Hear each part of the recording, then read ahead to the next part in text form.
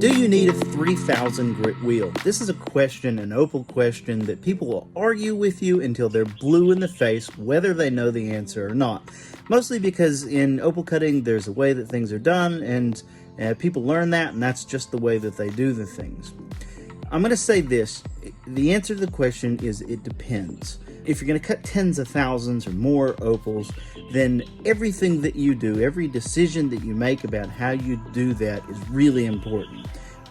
It's a matter of compounding. So whenever you're cutting huge quantities of opal over a long period of time, every efficiency that you make is compounded. And also every mistake that you make, if you make it every time, is compounded. So if you think that you need to use a 3000 grit wheel when you don't need to use a 3000 grit wheel, and you only cut 4 opals, well then, you're adding 10 minutes on to your life of doing something that doesn't matter. But if you're cutting 50,000 opals, then you're talking about weeks and weeks of your life where you could be playing with your dog or taking naps or playing with your kids or doing anything but that, right? So critically important that you know the exact answer to this question if you're going to cut a bunch of opals.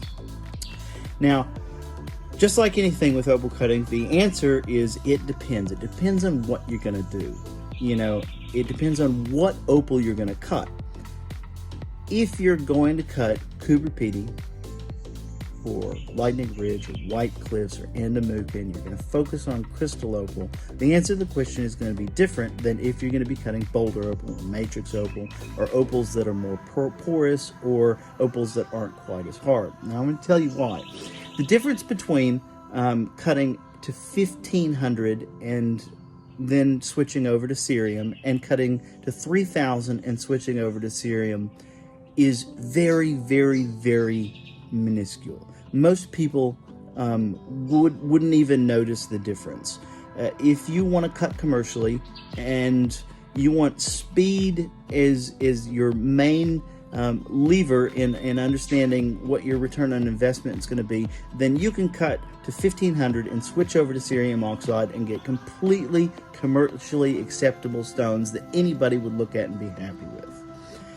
If, on the other hand, part of your plan is to cut really high dollar opal, I'm talking about $1,000 a carat more opal, then the difference in how your buyers are going to be putting their evil eye on your opal is enough so that you're going to want to use a 3000 grit wheel.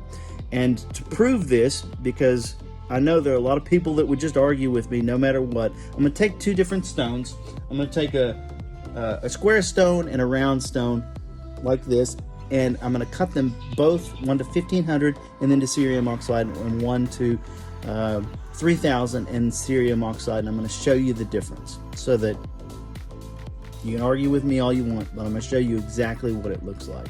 Now, one note here is that cerium oxide is a chemical polish. So whenever you use cerium oxide in felt, it's a chemical polish. So you can't draw a direct line like you can with mechanical polishes. So whenever you're using your diamond wheels, like on my Loratone back here, this is a mechanical polishing process. I'm starting with a 100 grit, and then I'm moving to 230 grit, and then I'm going to move to, as you go up in grits, each grit is going to take out the lines that the previous grit left, right? Until you come with almost no lines that you can see with your naked eye.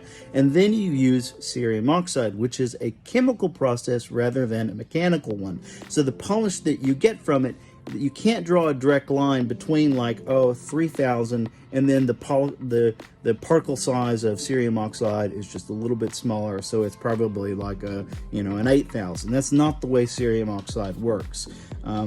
So it is important to note that it seems like it would make sense to just think it's a finer grit, but it's not a finer grit. So the polish that you get is going to look different from jumping from a 1500 to cerium and jumping from a 3000 to cerium. All right, so I'm going to use a little square opal as a 1500. So this will be 1500, and and I'm going to use the round opal as a 3000. I'll cut them down here, but then I'll take them up to the office and show you with the good camera the difference between them, so that you can get a really good look at the two differences, and you can make your own decision based on whether you want a 3000 grit wheel or not, based on, you know, how commercially acceptable you want that polish and the kind of opal you're going to be cutting. Alright, so the setup I have on my machine right now is kind of an all-rounder. I start with an 80 and then go to the 230 and the hard wheels, then move to the Novas, 280, then the 600 Nova, right here, the brown one. Then we move off to the 1500 Nova. We'll do both of these on the 1500, and then only the circle one on the 3000 pink wheel. To make this a fair test, we'll make sure to keep these on for the same amount of time, maybe 10 seconds.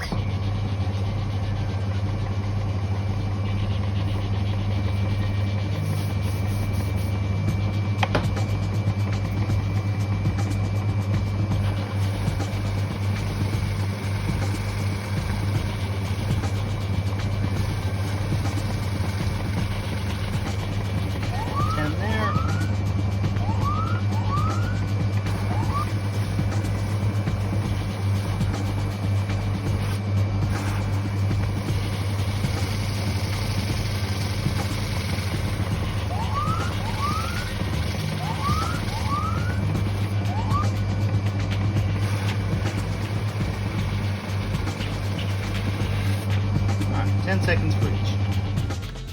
So if speed is the thing that you want, if you want to get commercially acceptable stones and you cut them as fast as possible, you'd be much better off not getting a 3000 grit wheel and getting something that's going to help you with your shaping process a lot faster, right? So whenever I'm cutting, you know, I average 12.5 minutes per wheel across all of them, but in reality, the most time is taken on my hard wheels shaping. Once I have them shaped, you know, then I might only actually spend 30 seconds on each of the polishing wheels, right? So the shaping, I'm putting my evil eye on it. I'm really looking to make sure, you know, that process takes a little bit longer. Once I've shaped, then, I mean, I go off to La La Land whenever I'm doing polishing, because it takes me no thought whatsoever. It's just muscle memory. It's like 30 seconds per wheel and I'm done, right? So if, you know, if speed is what you want, you're much better off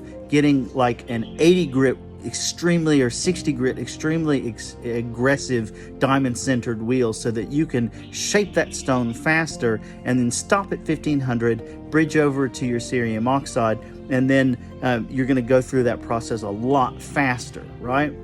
But if what you're looking for is progressing to a point where you're cutting really high dollar stone, then you know, getting a 3000 grit wheel might make more sense. Now there's also a third option, in that if you want to be able to cut really high dollar opal, but you don't think you're going to be doing a whole bunch of it, well, you can, if you have a machine like this that's got threads on the end of it, you can adapt the end of that machine like I have here with a flat plate, and then just get a 3000 grit flat lap to slap on the end of that plate. So, you know, once in every 50 stones you're cutting $1,000 a carat stone, you slap on your plate, and you can use that flat lap in that exact same way that you would a regular round wheel, except for you don't have to have it there all the time. So that's a really good between option, and one of the reasons that I have a flat lap on the end of that is because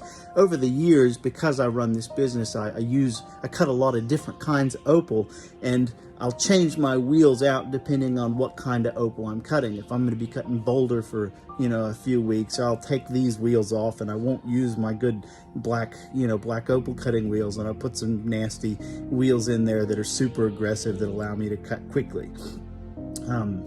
I hope this has made sense. I know it's a lot of detail, but whenever you get into cutting a lot of opals, those details really matter. The devil is in the details.